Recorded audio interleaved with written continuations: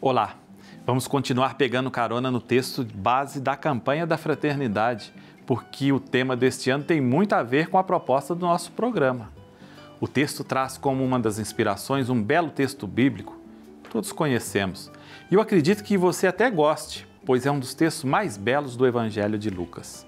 É a história dos discípulos de Emaús. Havia acontecido a condenação e a morte de Jesus na cruz. Então, tudo era muito confuso para os discípulos. E dois desses discípulos caminhavam de Jerusalém, onde se deu esses fatos da paixão, e eles iam em direção a Emaús, que fica a 11 quilômetros de Jerusalém. Eles iam conversando sobre os fatos que se deram nos últimos dias, sobre a condenação, sobre a crucifixão, sobre a morte, a colocação do corpo de Jesus no túmulo e depois o sumiço do corpo. E eis que aparece uma terceira pessoa que se junta a eles. É um estranho. Quem seria esse? Esse estranho perguntou o que eles estavam conversando pelo caminho.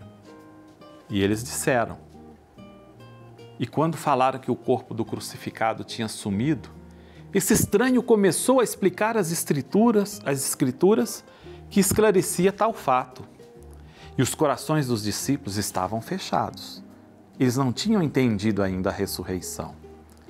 E chegando ao destino, a terceira pessoa que tinha se juntado a eles mostrou que iria adiante. Já era noite. Então, os discípulos o convidaram para ficar. Era tarde. E esse outro ficou. E eles foram comer. E ao redor da mesa, esse terceiro caminhante partiu o pão, abençoou. Os olhos dos dois discípulos se abriram e reconheceram o ressuscitado. Mais que os olhos, seus corações se abriram para a novidade da ressurreição e seus corações arderam pela experiência viva acontecida. E não poderia essa novidade ficar guardada somente com eles. É preciso ir adiante, partir em missão, contar essa boa notícia. E essa história de Emaús nos ensina que refletir sobre as experiências vividas e compreender a realidade são esforços importantes para entender a sociedade, para entender os ambientes religiosos. E este texto da campanha que quer nos alertar que entre as muitas indagações que incomodavam os discípulos do caminho, era o questionamento de como poderiam enfrentar os períodos de tormenta e os diversos totalitarismos que conduziram Jesus à morte. Haveria possibilidade de dar continuidade àquela experiência maravilhosa de ambientes de comunhão conduzidas por Jesus. Fica essa pergunta, será que era possível continuar esses ambientes de comunhão?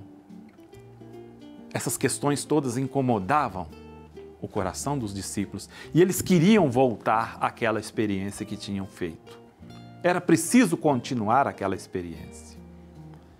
Agora, a nossa resposta a estes questionamentos depende muito da percepção que temos do que está acontecendo ao nosso redor, porque a proposta de criação de ambientes de comunhão que Jesus tinha feito e ensina a fazer pode ser sempre atualizada, sempre de acordo com a realidade e sempre de acordo com o tempo que vivemos. Então a nossa resposta será sempre de acordo com a percepção que nós fazemos do que está acontecendo em nosso interior e também ao nosso redor. Para compreendermos essa realidade, devemos nos espelhar nos discípulos de Emaús. Então é preciso dialogar sobre os acontecimentos de nosso tempo, acolher diferentes percepções e assim superar o que possa nos dividir. Essa inspiração que este texto bíblico nos traz é uma possibilidade de lançarmos luzes sobre o contexto em que vivemos. Dialogar com o outro sobre os acontecimentos traz um enriquecimento para ambos. E as nossas mentes, os nossos corações, eles se abrem para que possamos traçar novos caminhos, novas estratégias, para nossas colaborações, para o nosso meio para o nosso esforço de transformarmos esse mundo num mundo melhor. Tchau!